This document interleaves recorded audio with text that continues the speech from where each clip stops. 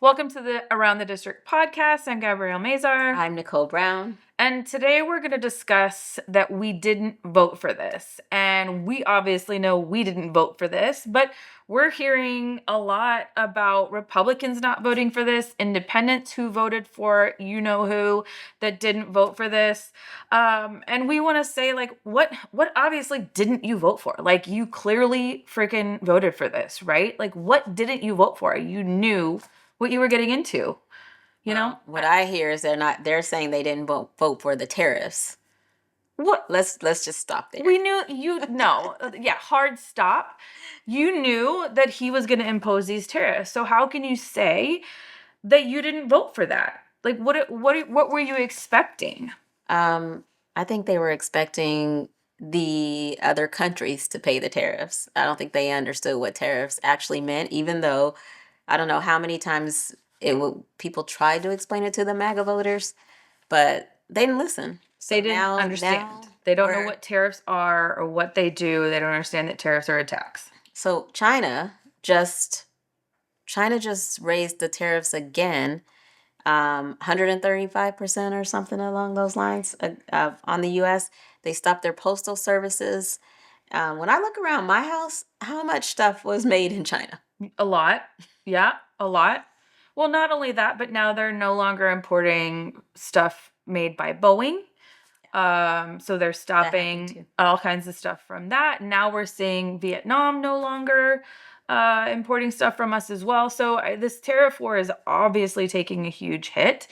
But we didn't vote for that. We knew this was coming. But there's all kinds of other stuff that they didn't vote for. Now farmers are losing too. The immigration stuff, I think, is out of control. The cuts to Medicaid, Social Security that we're probably going to see with this bill that went through the House and is now in the Senate. Who knows if it will pass or not? Hopefully not. But we're seeing all kinds of stuff that we didn't vote for this. We don't want to lose our Social Security. We don't want to lose our Medicare and Medicaid. Like, duh. What did you think was going to happen? I think the immigration one is right now the most concerning, how they're deporting people who are citizens or have done nothing wrong. And then like the guy in El Salvador who they won't return. And the Trump administration has decided to defy the United States Supreme Court and just openly not follow instructions. And so the court today, and today is April 16th, held the Trump administration in contempt. Oh, they actually did do that? I saw that they were thinking about it. No, they did that. But what does that actually mean for Trump and his administration? I don't know. What does that mean? He doesn't follow the rules. And people think that's terrifying. Okay. You know what I mean? Like, that's beyond terrifying, because if you are not following the rules at the highest, office in the nation, or, the Supreme Court, that means you're not going to do anything. Like, nothing else matters. That's in my opinion. That's scary to me. And there are still people, like, we hear that there are so many people changing their tune, but we hear on the other side too that the narrative changes, that it's, oh, well, this is what we voted. This is what we voted for. This is what we wanted. We knew that prices were going to go up. We knew, this whole narrative of short-term pain for long-term gain, yada, yada, yada. Bull. You never once was that in any of his campaign promises. The whole Ukraine war, that was going to end in a day. All of these promises, all of this garbage is now a complete turnaround. The stock market, the idea that don't look at the stock market, not a big deal. We saw Dave Portnoy, the Barstool Sports guy. I think it was during the whole tariff thing where he put in the tariffs and then put back off the tariffs, on the tariffs, off. He lost, what was it, 7 million in a day. And I think he's down to like 20 million now. And he still supports him.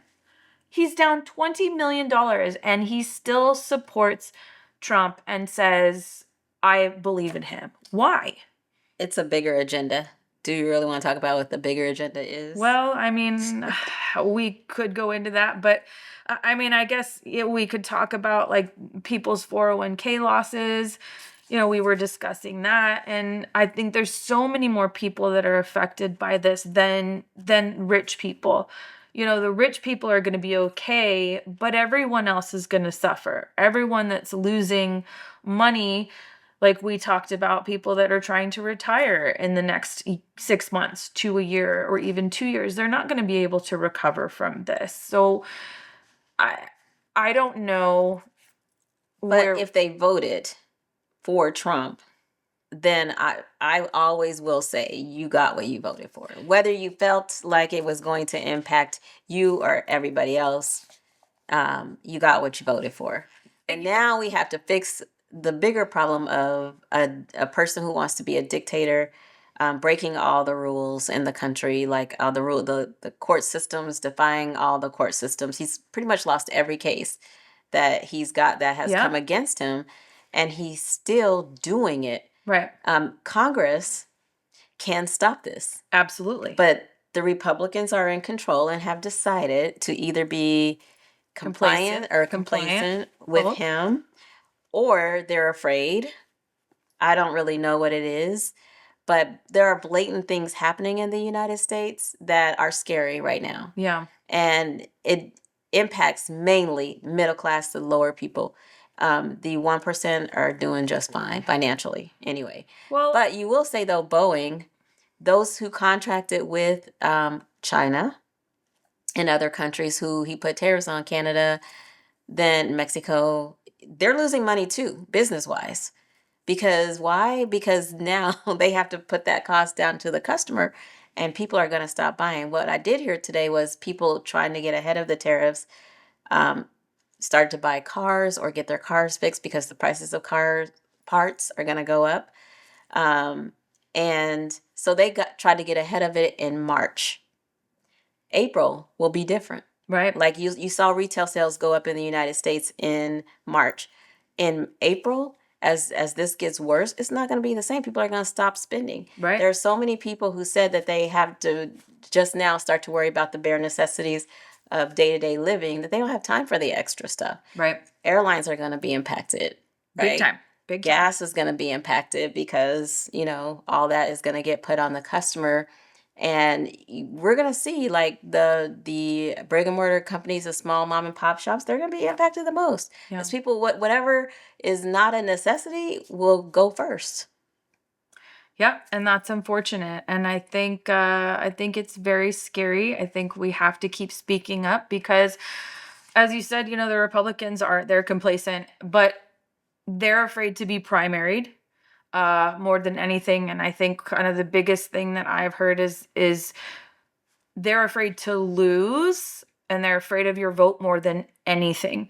So if people keep speaking up and saying we're done, then I think they will start to listen to their constituents more than anything because they don't want to lose. I mean, unless you're Marjorie yes. Taylor Greene, which I don't think she listens to anybody in case. I mean, she hasn't lost. She hasn't lost. Well, no, but she runs unopposed. I think People keep either one not opposing her and voting for her. right. But that's in Georgia. Yeah. You know what I mean? So in Arizona, it might be a little bit different, but what it boils down to me, is power. People like their position in power. Right. And that's worth more to them than doing what's right. You can see that in Congress. But if that is threatened, if their position in power is threatened because of what they're doing, and your vote is the one that's going to threaten their position in power, I think that is what's going to impact this the most. So, and I think that's where it feels like the Democrats are not doing enough to grab those voters, because there are a lot of people mad right now. Even like we talked about. Well, we need to have a whole thing about that and how we get Democrats. We talked about that, how the MAGA voters, some of them are moving away from MAGA because now their bottom line is impacted with 401ks and losing money in their 401ks and retirement funds. But the Democrats, where are you? Like, that's my question. Yeah. You see AOC and Bernie Sanders drawing huge crowds. In places like... Tons of money. In places like Utah and Montana and Idaho, I think it was. Just normally red states. What are the Dems going to do about that to capture that audience of voters? I don't know. What you tell me. What are we doing? What are we doing in our district? I can tell you what we're doing in our district. All right. Our district, we are focusing on registering voters. Okay. We are focusing on knowledge, like upskilling voters in the area of politics, because a lot of people don't know how a bill is passed and how that really works.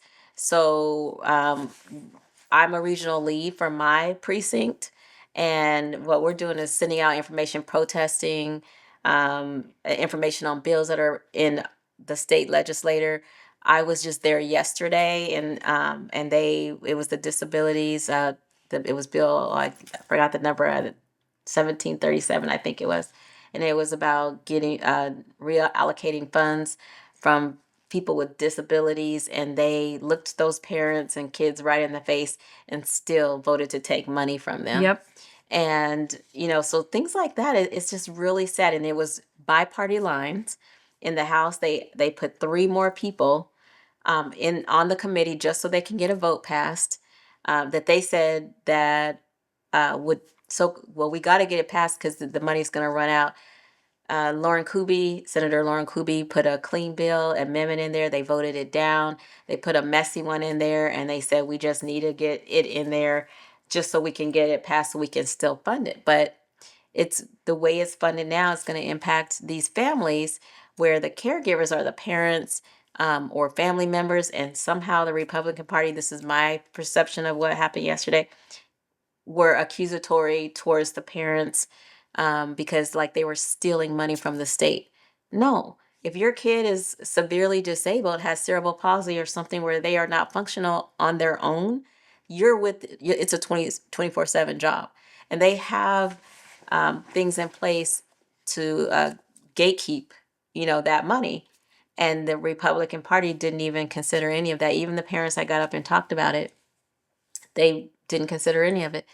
But we have to, so with issues like that, we have to reach people with things that are very important to them and register people to vote. Really touch people in things that are very important to them, and to understand what they need and what they want in all districts and spread that information to all those people. And I think that's kind of the biggest takeaway of getting people to understand what you're actually voting for. You voted for these tariffs. You may not have understood it, but this is what you voted for. So we Well, did that's vote key, for this, and that is key. We have to get more information out and really get people to understand what they're actually voting for, and to pay attention to those things. And I think that's really what the issue is that you did vote for this. And at the end of the day, you may not have realized it or known it, but this is what you voted for. We're going to talk more about that in future episodes. But in the next episode, we'll talk about small businesses. In the future, we'll talk more about the tariffs and how we're being affected by that as well. We'll get more into local elections also here and in other states. But yeah, so hope you enjoy what we're talking about and get more information. If you have anything you want us to talk about, we'd be happy to discuss that as well. But thank you for listening to Around the District podcast. Please like, share, comment on our videos, and let us know what you think.